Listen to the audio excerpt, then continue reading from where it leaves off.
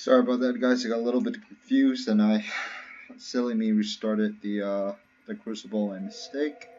Anyway, a quick word on 161 is that you're always gonna get healer spawning here, and you're always gonna get so much easier. You're always gonna get Alexander spawning here. The only alternate spawns you can get for 161 is top left and bottom right. And in top left, you can get those Cryptonic Survivors, and those tend to be annoying because they attack from range. Okay, what that means is that they, like, if the bulk of fighting is occurring here, they tend to clump here and here, which means they don't get killed off by AoE. So what I do personally is I'll wait for Alexander's meteor to come, blink out, kill him, blitz back in to take out Alexander. Right? You can do this with, any combination of two mobility skills: Shadow Strike, Virus Might, what have you. Alright, so I'll show you what I mean. Oh, I forgot to mention too, you can get those, you can either get Uktabok Golems here, and they're the worst spawns to get because they're the slowest moving ones and they add to your clear time, or you can get those Griffins, okay, which are a lot easier to deal with. So always healers first. Alright, okay, Alexander's here. Yep, those Griffins are, that's what I'm talking about.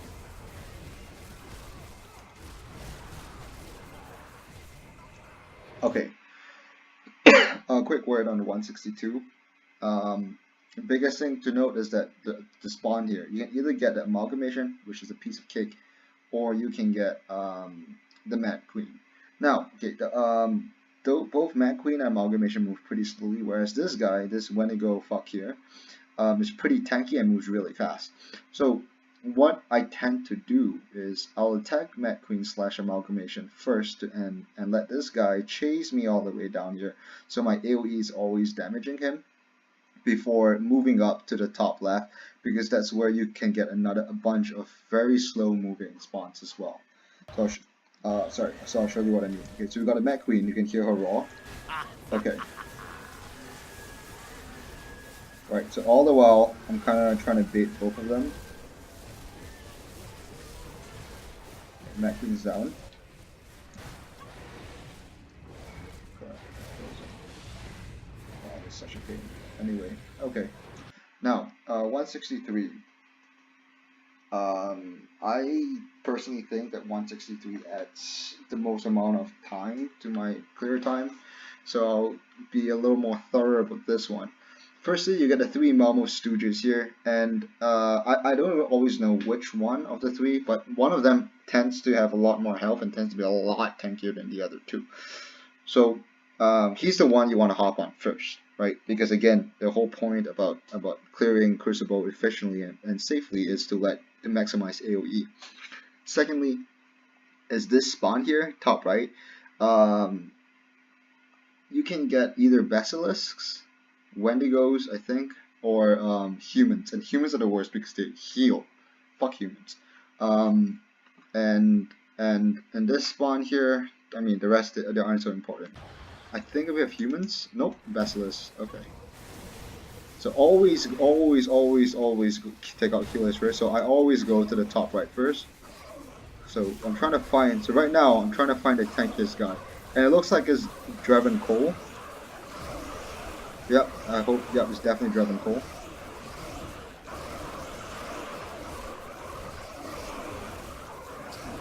Okay, so a quick word about again 164 is that you're gonna get, I can never remember their names, bitch 1 and bitch 2, the Terranox and Valextra, whatever.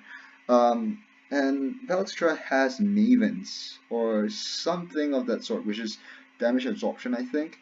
So it makes it really tanky at the start. So trying to kill her out and take her out first isn't the smartest thing to do, I think. What I like to do is take out Terranox because she stuns, which again adds to clear time, and she's easy to kill. So I'm gonna smack this bitch to oblivion, and then I'm gonna take out the ads, right? And I'm gonna try and pull this person to the middle where the ads. I'm also going to try and pull the ads to the middle here, so that by the time I finish clearing them out, her Maven should have worn out. At least that's the plan. Alright, okay. She should blink. There we go. Okay. Oh, yeah, her Maven's out, so she's easy work. Okay. 165. Your third nemesis spawn. Alright, I'm only gonna talk about these two guys here because honestly you can get a whole variety of alternate spawns at the bottom. So the bottom two are always going to be nemesises, and the top two are always going to be bosses, right? You can get Sister Bravia or her, I guess her male equivalent or counterpart on this side, and Sister Bravia spawns here, and the male equivalent spawns there. Another possible spawn is to get Gargaball again, sorry, or I think the Screecher in the meta, some Wendigo fuck again. I like going here first because Sister Bravia has disengage, which makes her kinda annoying to attack. Okay, so the thing about disengage is that she's always going to be jumping away, or I guess opposite to the direction you're attacking her from. So if I'm attacking her, if she's standing where the Vital Essence is, and I'm attacking here from this way, she's going to hop backwards. So now again, to maximize your AoE, you always want to be attacking her in a manner which makes her jump into where the crowd of monsters are standing. So you hit everything. So I'm going to check if it's Sister Bravia. Yep, Sister Crimson, sorry.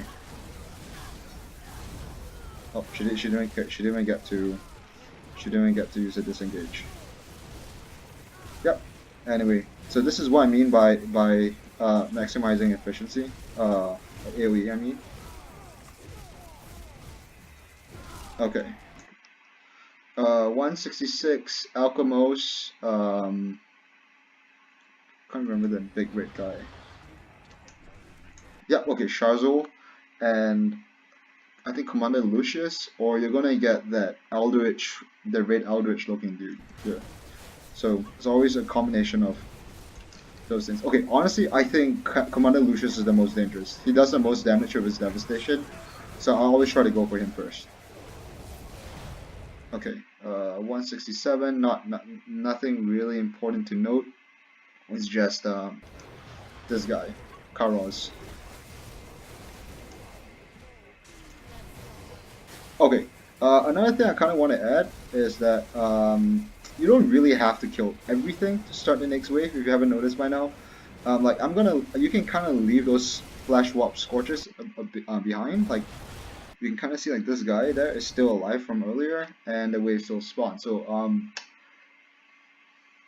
it's really difficult for me to break down which enemies you have to kill and which you don't. So I'm going to leave that to player experience. It would take way too long for me to dissect that. But do keep that in mind. So just try to pay attention to the things that you can leave alive, right? Okay, 168, nothing special. Oh, crap, I forgot to mention, 168, you're always going to get healers in the top left. Always healers in the top left. So what I should have done there, if I wasn't distracted, was to camp the top left, so I can wipe out the healers as quickly as I can, as quickly as possible. Okay, so now 169. I actually think 169 is more dangerous than 170, and the reason for that is if you get hit with Korvac and Drevis with Alexander, it's a pretty devastating combination. Drevis, as I've mentioned in the guide, has Ravenous Earth basically, and he will shotgun you, and it's extremely difficult to spot, especially with all the shit flying everywhere from Alexander, like farting ether meteors out of a butthole, and him constantly summoning minions. So I don't think there's any fixed strategy or I go back and forth between few strategies at least, excuse me. One is I try to take out Dravis slash Dravis for, sorry, not Dravis, try to take out the guy here first, take out the first form here first, before hopping on to Dravis if he's there, or Alexander. The biggest disadvantage of that method is if Dravis doesn't spawn, so you waste time, right? Another method which I use occasionally is to kill Alexander first, but that's also dangerous because that involves, like, you know, bum rushing her in this like ether fire spawn zone area, and if Dravis spawns and he comes along and you don't notice him, there's a good chance you might die. So what tends to happen is the strategy I use depends on where the wave ends. So right now 169 is about to start. I'm gonna go here, I think, right, because I'm kind of close to this position. Maybe I can take out his first bomb first and then contend with Alexander later. Alright, okay, so this, of course, it's him.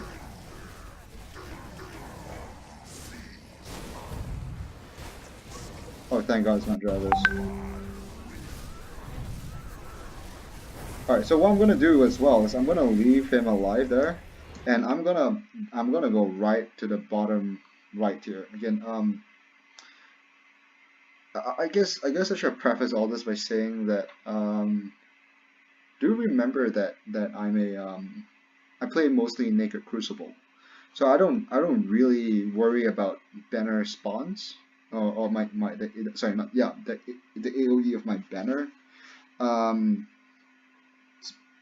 So I guess I should have done. I guess I should have taken that into consideration. So if there was a banner being spawned here, okay. Again, personally, I think the best banner site now actually is top left. I mean, I know most Crucible players put it at bottom left, but why I say top left is because this is where you tend to get a lot of slow spawns. And my personal theory is that you want in speed runs, you want things to clump up around you to maximize AOE. So if I'm attacking something slow and all these fast things are like booking it towards me, then I get to maximize my AOE as quickly as possible. Whereas if my banner is over here and I'm taking out this guy really quickly, you know, I'm only attacking one thing as opposed to four. Anyway, the reason why I'm gonna go here is because you can also potentially get something slow here as well. I guess not. Alright, so as you can see, I'm kind of making my way towards the middle. And the reason for that is I want to maximize AoE. Right, and I'm also trying to move towards the fucking Vital Essence if it'll let me. Thank you.